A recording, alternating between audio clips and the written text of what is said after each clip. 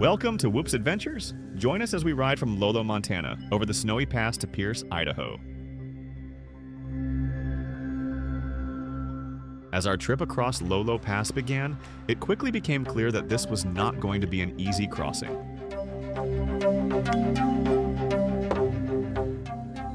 It wasn't long before the first section of gravel road opened up to clear vistas and natural beauty, adding to the excitement of what lay ahead. We had checked the weather prior to leaving and knew to expect cold temperatures, rain, and even snow, but we were prepared.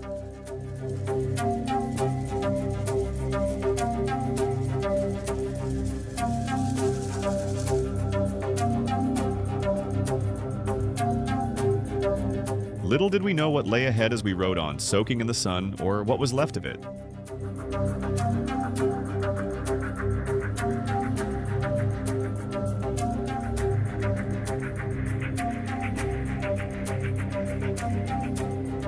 As we rode on, it was clear we'd gotten really lucky as the evidence of a prior heavy rain had just passed by right in front of us. Off to our left, we could see the rain shower creeping off into the distance.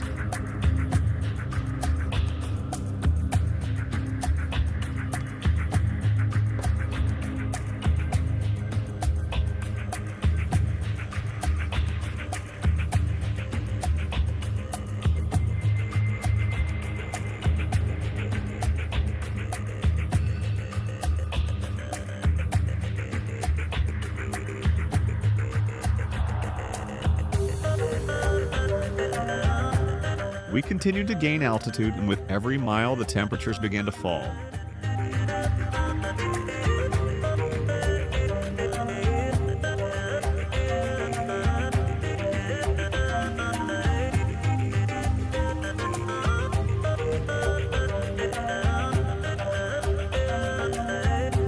With every twist and turn, the clouds closed in, offering at least a hint of the challenges that lay ahead.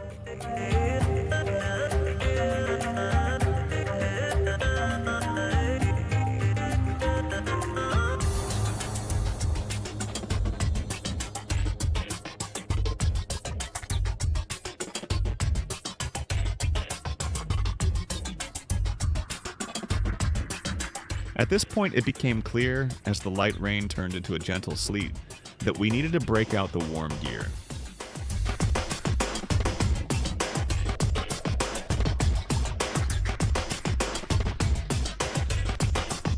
Once we stopped at Loxa Lodge for gas and food, the weather gave us a reprieve as we climbed on toward Pierce, oblivious to the snow that had not yet melted, and in places was still falling just above on the peak of Lolo Pass.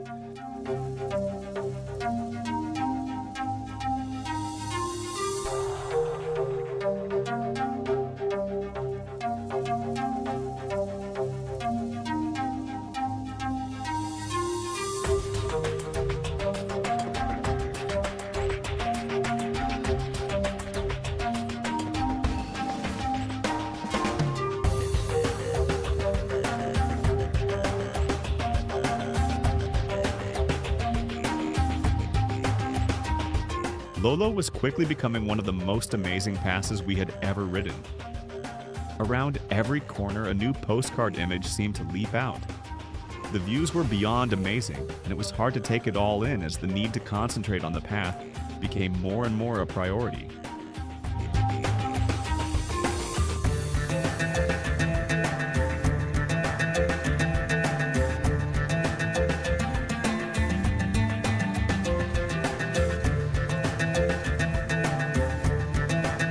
Winding along the shelf road, we saw clear evidence of past fires, vast areas once burned. Yet, as Mother Nature always does, new growth had already begun to heal the scars of the past.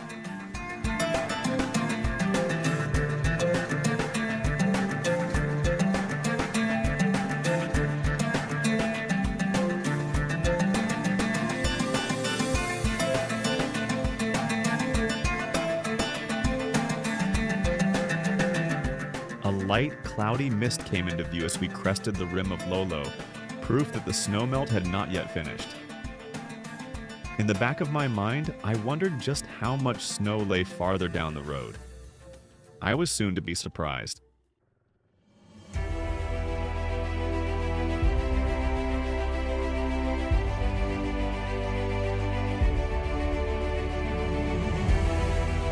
Riding on at a cautious pace, weaving in and out of the newly formed puddles, was both fun and challenging. The path grew slicker, and drops of rain falling from the tree branches added to the thrill, the chill, and the mystery.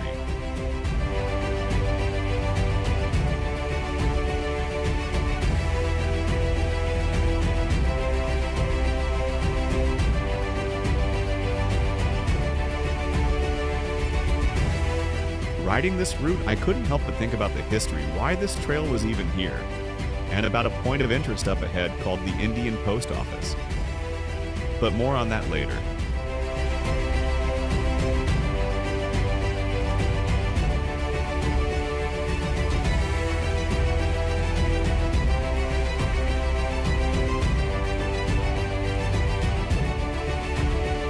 We could see just ahead one of the first signs that others had been through here, and we were grateful, because some of these tree sizes would have proven to be a real challenge. Little did we know, downed trees would become a serious issue farther up the trail. Melting old snowbanks began to appear more and more. Being a Texas kid at heart, I wanted to ride through every one of them. It wasn't long before the snow piles proved to be a lot less fun, and more of a real obstacle.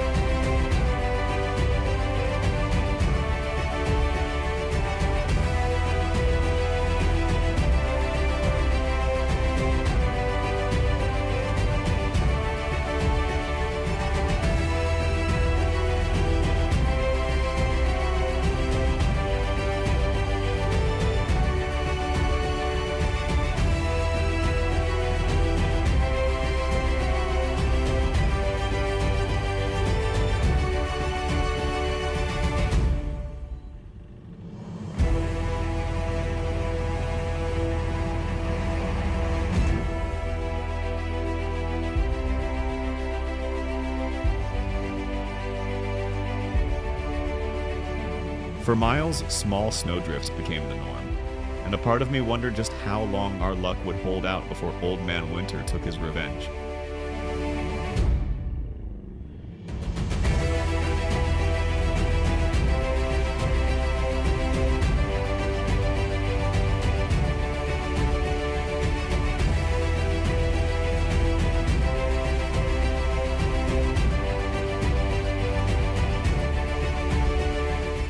Breaking out into the devastated burn area, we could clearly see a climb ahead. It's hard to convey the steepness of a hill on camera, as it will always flatten the view.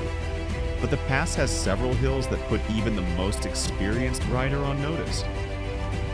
Being packed out only adds to the effort required to climb and descend these hills.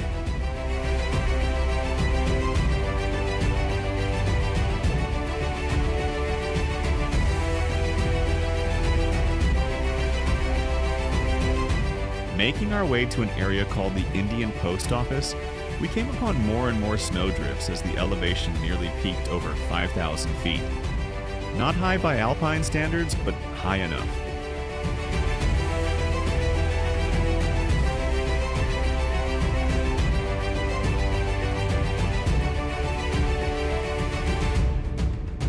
Soon we would learn that snow has a way of grabbing you and demanding your attention. It's so crazy how it does that.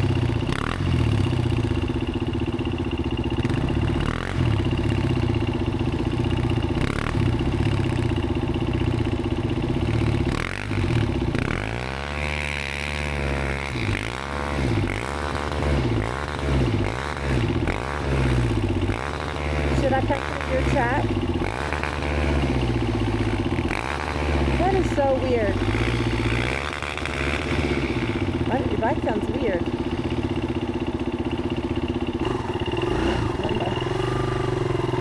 Hold on.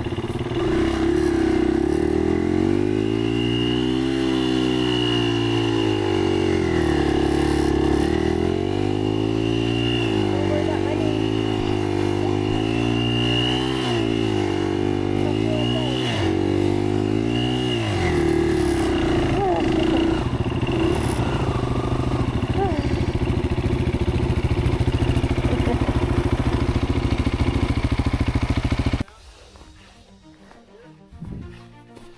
was right about here that we realized snowbanks need to be respected and negotiated with a real plan, not just powered through.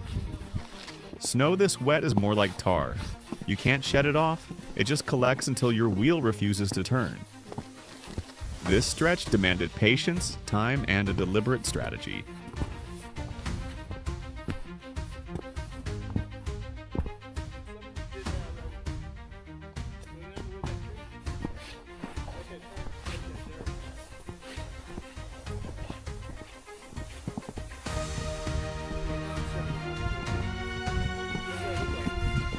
It's not bad until you get over there.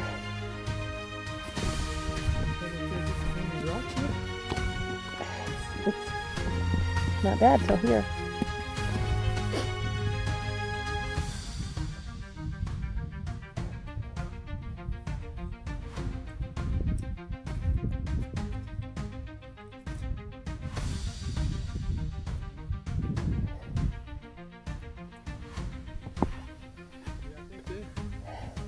But I'm standing right here, not even an inch in it. Yeah, but a tire spinning? I know, that's what I'm saying. It's not bad till you get there.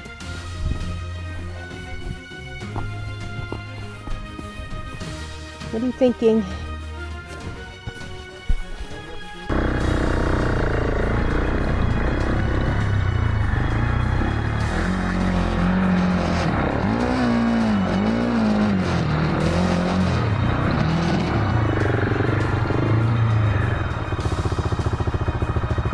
After much adversity, we arrived at the Indian Post Office. This trail is so old that it was used from its creation by the Nez Perce people to travel into Montana to hunt buffalo, and at times to wage war against other tribes.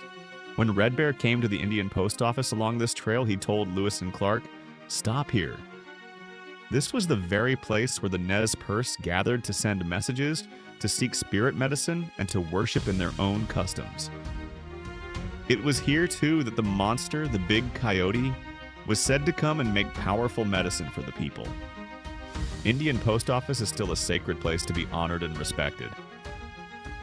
It's like walking on sacred ground.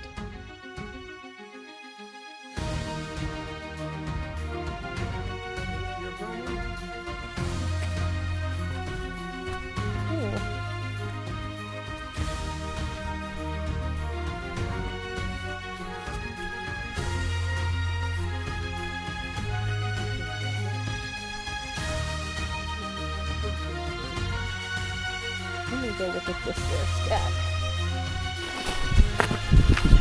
That's where we got gas. That's where we are. That's Pierce. Oh my gosh, that's where we got gas.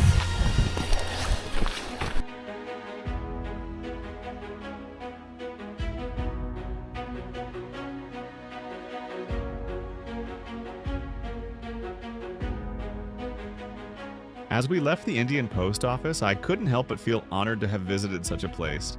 To know I had seen the same views and walked the same steps as Red Bear and Lewis and Clark. But why is this trail named the Lolo Motorway? Indians didn't have cars. In fact, back then, no one had a motor. So I looked it up, and here's the reason. The term motorway as applied to the Lolo Motorway should be understood as it was originally defined and not the expressway we think of today. The Lolo Motorway was built by the CCC in the 1930s over practically impassable terrain for automobiles, following much of the trail used by Indians. In places, the road is extremely rocky, steep, and narrow with sheer drop-offs. In short, the Lolo Motorway should only be driven by four-wheel drive vehicles.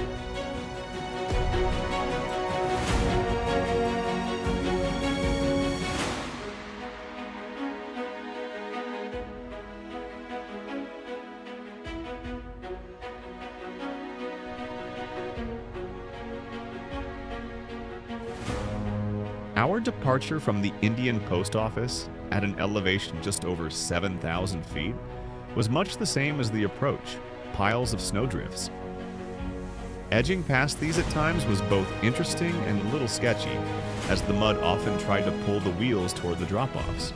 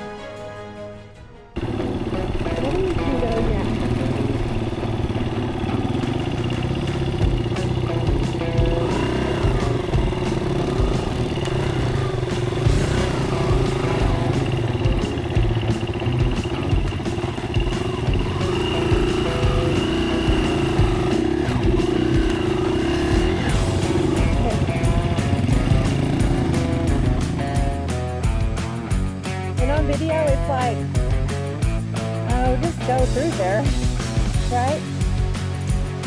On video, it's just like, go through there.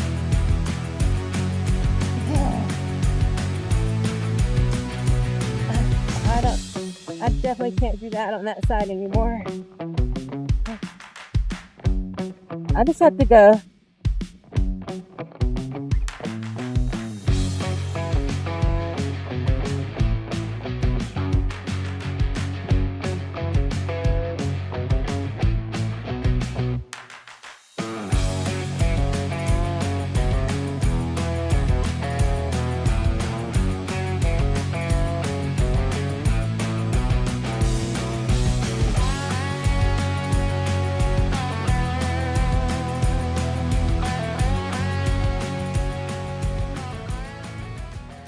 It wasn't long before the snow was gone and downed trees became the norm.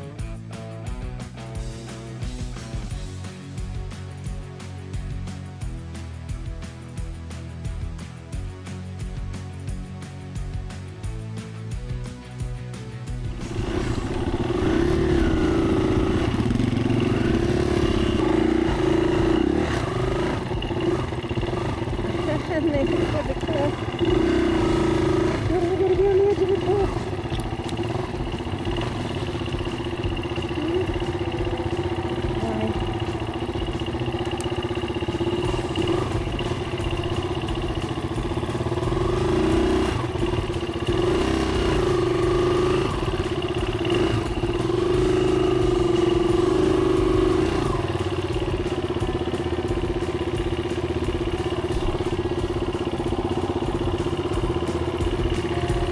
Okay, I'm on the end of the cliff. I don't know. Well, I'm at the end of the cliff, hanging off the side of the edge. Why? I don't know.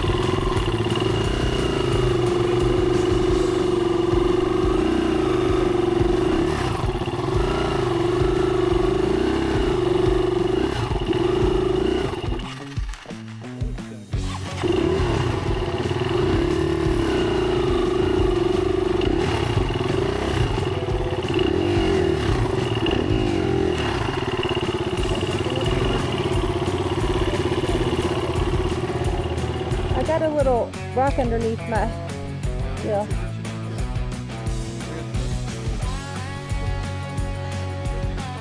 I know, I just gotta get this wheel.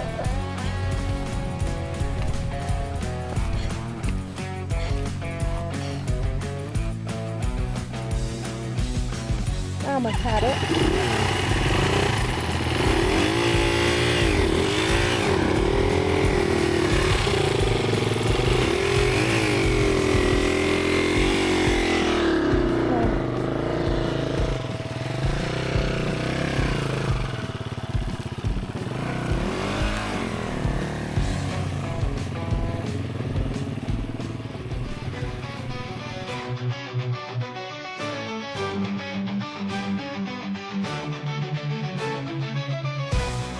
Many of the downed logs we were able to simply limbo under, but thankfully I had brought along a hand-pull saw, and thank goodness for that, because it was doubtful anyone had come through this way since the last storm. But something's calling, pulling me away. A shiver in the screen, a light I've never seen. I take a step. While we motored on toward Pierce, I wanted to recount the story from the Indian Post Office marker. It tells of Captain William Clark, who, while at Lonesome Cove Camp, recorded an account that has carried through history. Steep hillsides and falling timber continue today, in a thickly timbered country of 8 different kinds of pine. These trees are so covered with snow that, in passing through them, we are continually showered with it. I have been wet and as cold in every part as I ever was in my life. Indeed, at one time, I was fearful my feet would freeze in the thin moccasins I wore. After a short delay in the middle of the day, I took one man and proceeded as fast as I could for about 6 miles to a small branch passing to the right. There we halted and built fires for the party against their arrival, which came at dusk, very cold and much fatigued.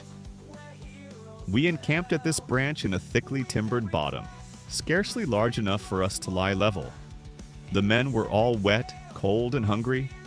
We killed a second colt, which we all supped heartily on and thought to be fine meat. That reflection really captures the spirit of the trail. The hardships Clark described, snow-soaked clothing, thin moccasins in freezing weather, and the need to eat a colt just to survive, show how relentless the conditions were. It wasn't just about endurance, it was about ingenuity, resilience, and sheer determination to keep moving forward. The people who traveled that route, whether the Knees Purse, Lewis and Clark, or later pioneers, had to be incredibly hardy. They faced steep timbered slopes, unpredictable storms, and isolation in a wilderness that offered little comfort. Yet they pressed on, carving history into the landscape. Allies by my side, through the darkest night, together we ride into the light. On a fantasy adventure, through the realms unknown, with a brain of fire and a heart of stone, slaying dragons flying high, through the clouds across the sky. On a fantasy adventure, where legends are born, in the heat of battle, my soul is reborn.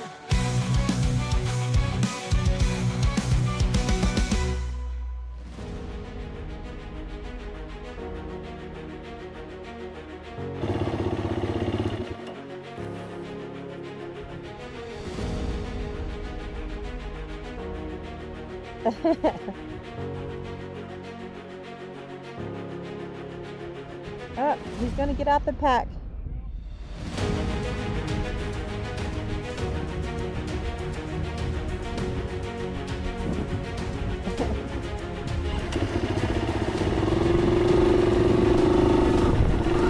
He's got a pack thing.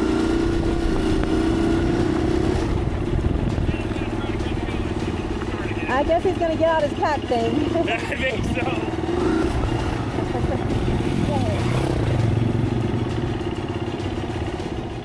Funny and a little sad story here. While descending 5 miles, I decided to save fuel by turning the bike off, but I left the key on and the lights running. When we arrived at the trailhead, we met up with some travelers and chatted for a bit. When it came time to leave, my bike was dead. A young man helped push start the bike for quite a distance, but there was no spark. The hill kept rolling though, so I kept going until I was finally able to bump start the motor. Big thanks to him for sure.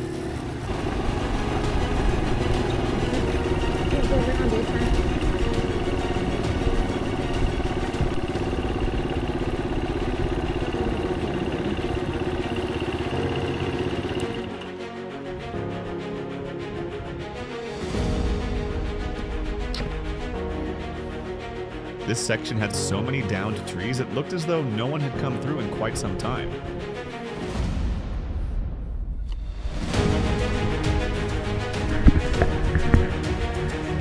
Minutes to log to cut that. Yay. Round 2. Gonna be good. Movie magic. Oh, no more log. Is that camera on? Round 3. I'm gonna get us in action this time. We continued for miles, cutting, pushing, and pulling our way out. At times it seemed Lolo didn't want us to leave, and at times it seemed we just wanted to stay. At this point, we were just about out, and I want to thank you for taking the time to share this journey with us. When we first set out, neither of us truly knew how challenging the crossing would be. We had been warned that crossing in June was never easy, but with preparation, patience, and determination, many things can be achieved. Please enjoy the last song. I've dedicated this one to my riding partner, my best friend, and my soulmate.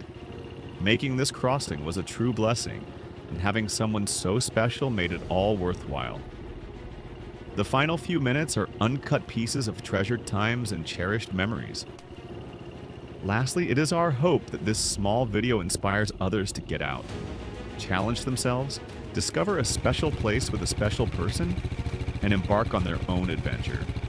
Time is short, and once again, thank you so much for sharing a little of yours with us.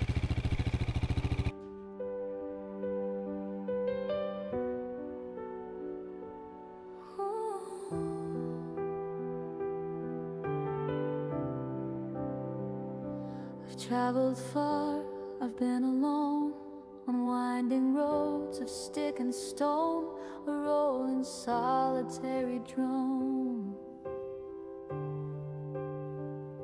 I've seen the mountains, seen the sea, but they were only parts of me that longed for where I'd rather be. It wasn't a location or a place, it was the smile upon your face.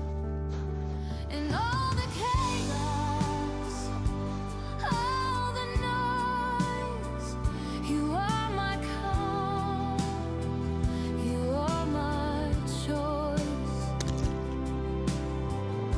Because you feel like home to me, a safe and warm reality, the only place I wanna be for all of time, eternally.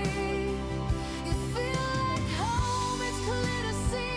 You set my worried spirit free. You feel like home, just you and me. She got frozen wood. Perfect, simple harmony. I'm not sitting on that shit. I don't want to go there.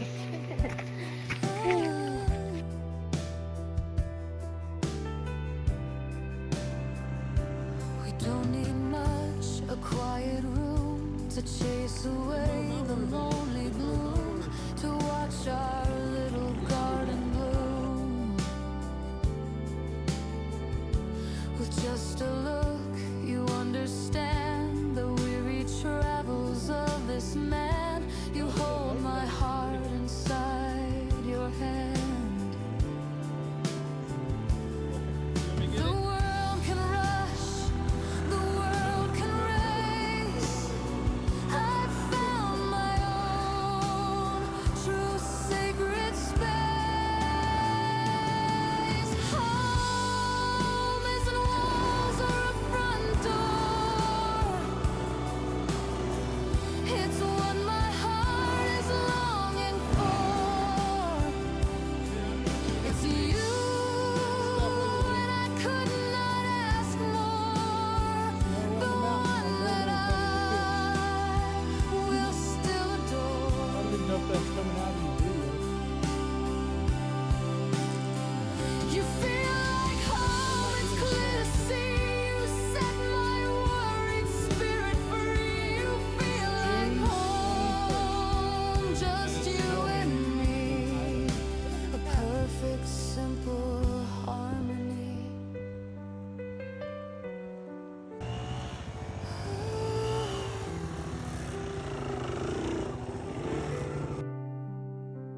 A perfect, simple harmony.